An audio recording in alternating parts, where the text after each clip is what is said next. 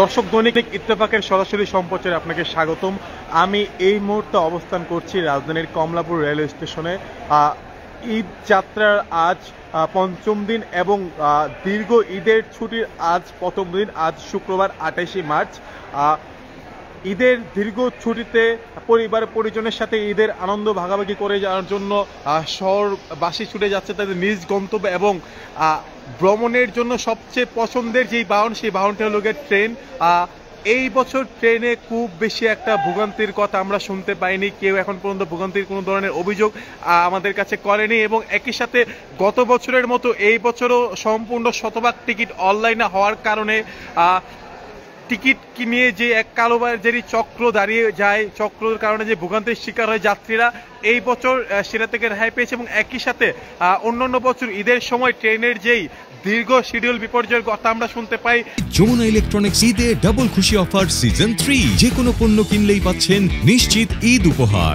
এই বছর এরকম কোনো কিছু এখন পর্যন্ত হয়নি, একদম ঠিকঠাক সময়ের মধ্যেই যাচ্ছে, নির্দিষ্ট সময় মেপে প্রতিটা ট্রেন যাচ্ছে তাদের গন্তব্যে এবং গন্তব্যের দিকে ছেড়ে যাচ্ছে এবং গন্তব্যে পৌঁছাচ্ছে ঠিক প্রতিটা সময়। প্রতিটা প্ল্যাটফর্মে ঘুরে আমরা যেটা দেখতে পেরেছি যে প্রতিটা প্ল্যাটফর্মেই নির্দিষ্ট সময়ের নির্দিষ্ট গন্তব্যের যে ট্রেনটি, সেই ট্রেনটি প্ল্যাটফর্মে আছে এবং আর সময়ের সাথে সাথেই ট্রেনগুলো ছেড়ে যাচ্ছে যাত্রীদেরকে নিয়ে নিজ নিজ গন্তব্য। এবং দর্শক আপনাদের জানানোর জন্য যে মুসলমানদের সর্বোচ্চ ধর্মীয় উৎসব ঈদ উল ফিতর, এই ঈদ উল ফিতরকে কেন্দ্র করে লাখ লাখ মানুষ রাজধানী ঢাকা ছেড়ে তাদের নিজ গ্রামের বাড়িতে ফিরে যায় পরিবার পরিজনের সাথে ঈদের আনন্দ ভাগাভাগি করার জন্য। এবং এই বছর শুক্র শনি মিলিয়ে ঈদের ছুটি পাচ্ছে মানুষ প্রায় 9 দিনের মতো।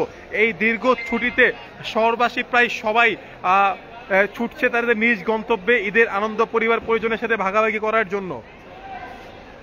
একটু কথা বলি, কই যাচ্ছেন? যাচ্ছি। কেমন দেখছেন এবার যাত্রা? এবার যাত্রা আলহামদুলিল্লাহ ভালো। আচ্ছা, অন্যবারের থেকে ভিড় কম। আচ্ছা, প্রতিবারই তো ট্রেন যাত্রা মানে তো এক ধরনের ভোগান্তি, অনেকে ট্রেনে টিকিট কেটে উঠতে পারে না। ট্রেনের টিকিট কাটাটা আসলে অনলাইনে টিকিট কাটা আসলে একটা টাফ ব্যাপার। আচ্ছা, ভাগ্য। আচ্ছা, পাওয়া যায় না এরকম। আচ্ছা, যেমন আজকে ভিড়তে টিকিট কাটতে পারতেছি না। আচ্ছা, এরকম আর কি। ঠিক আছে ভাই। এমনি কতদিন পরে বাড়িতে যাচ্ছেন? এমনি 1.5 মাস। 1.5 মাস পরে বাড়িতে যাচ্ছেন? মানে এই যে কষ্ট করে বাড়িতে যাচ্ছেন, বাড়িতে যাওয়ার কারণ কি? বাড়িতে যাওয়ার কারণ আপনার পরিবারের সাথে ঈদ করা, পরিবারের সবার সঙ্গে দেখা সাক্ষাৎ, আচ্ছা, কেনাকাটা, ঈদের আমেজটাই আলাদা। আচ্ছা, ঠিক আছে ভাই, ধন্যবাদ। দর্শক, আমরা একজন যাত্রীর সাথে কথা বলছিলাম যিনি বাড়িতে যাচ্ছেন, জামালপুরে যাচ্ছেন। তিনি জামালপুর গ্রামে একটি ট্রেনে উঠে বসেছেন এবং উনি যেটা জানাচ্ছিলেন যে এই বছর অন্যান্য বছরের তুলনায় খুব বেশি ভিড় নেই, যাত্রীদের হয়রানি ভোগান্তি নেই।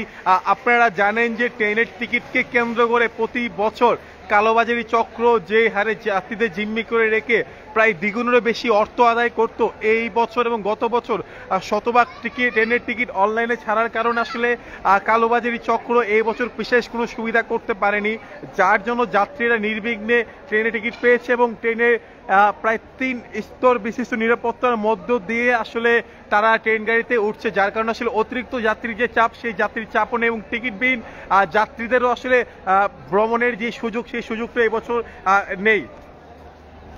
এবং অন্যান্য বছর আমরা আসলে এই সময় যেরকম দেখি যে ঈদের কাছাকাছি সময় আসলে কমলাপুর রেল স্টেশন সহ রাজধানী ঢাকার যতগুলো রেল স্টেশন সবগুলোতে আসলে যাত্রীদের যে অতিরিক্ত চাপ, এই বছর আসলে আমরা সেটা দেখতে পাইনি। শুধু যে ট্রেনের ভ্রমণে যে এই বছর অনেকটাই নির্বিঘ্ন বা ভোগান্তিহীনভাবে হচ্ছে এরকম না, বাস টার্মিনালগুলো তো আসলে খুব বেশি যাত্রীর চাপ নেই দীর্ঘ ছুটির কারণে আসলে, এবং সড়ক ব্যবস্থাপনা ভালো হওয়ার কারণে আসলে এই বছর যাত্রীদের ঈদ আনন্দ অনেকটাই ভোগান্তিহীনভাবে হচ্ছে।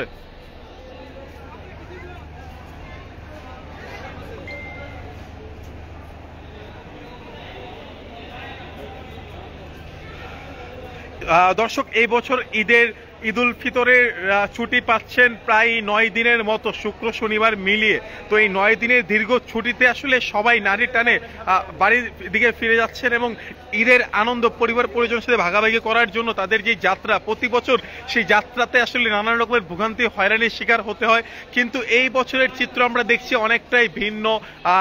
ওই রকম অর্থে কোনো ভিড় নেই, টিকিটবিহীন যাত্রী খুব একটা দেখা যাচ্ছে না, এবং শতভাগ অনলাইনে হওয়ার কারণে কালোবাজির চক্র বিশেষ সুবিধা করতে পারেনি।